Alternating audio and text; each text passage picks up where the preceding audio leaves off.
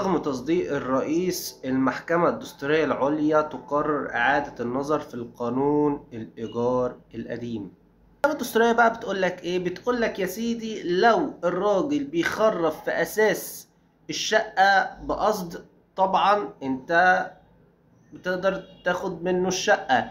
لو هو مستأجر بالباطل تقدر تاخد منه الشقة.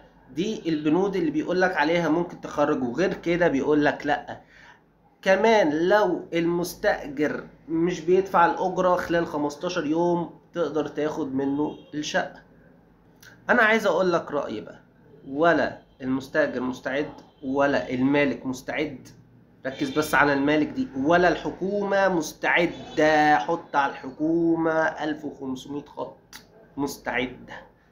خلينا نبدأ بقى بمصير المستأجر. مصير المستأجر طبعا اللي معهوش فلوس ومعهوش فلوس إيجار جديد هيترمي في الشارع، ده مبدئيا، وده بنسبة عالية جدا اللي هيترموا في الشارع. اللي معاه فلوس شوية هيروح للإيجار الجديد، هيتنفخ هيقعد يمشي فبرضه هيترمي في الشارع. اللي بقى معاه فلوس قوي قوي، وده اشك فيه ودي نسبة قليلة جدا، اللي هيشتري شقة تمليك، وده انا بقول يعني ما اظنش.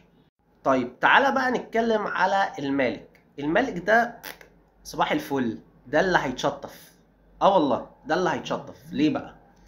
راجل من الاخر كده هتبقى الشقة عنده فاضية، الشقة هتبقى عنده يعني سوبر لوكس من الاخر، فهيبقى في حتة هو كان في غنى عنها. انت فاهم؟ يعني الراجل ده هيبقى مش هيقدر يعمل حاجة، وكمان في كروت وفي هيبقى بطايق ضريبية للعماير وبطايق ضريبية بالشقق. يعني من الاخر هو مش هيبقى مسؤول عن العمارة، عشان العمارة هتبقى ساعتها ملك للحكومة عشان الحكومة اصلا تدخلت.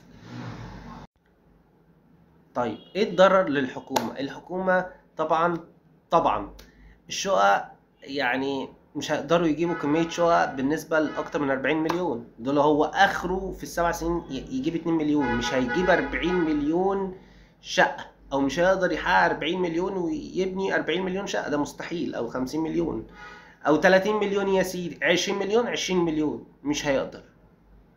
فطبعا الناس هتبقى في الشارع، فهيحصل بلبلة، هيحصل فوضى، هيحصل تحرش، هيحصل بلاوي سودا.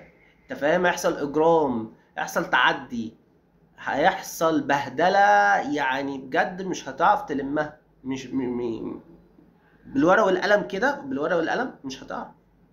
فانا اتمنى ان القانون ده يرجع تاني، واتمنى انه يتعدل عليه. انا موافق يا سيدي ان انت تغلي، بس تعدل الدنيا شوية، تظبط الدنيا شوية.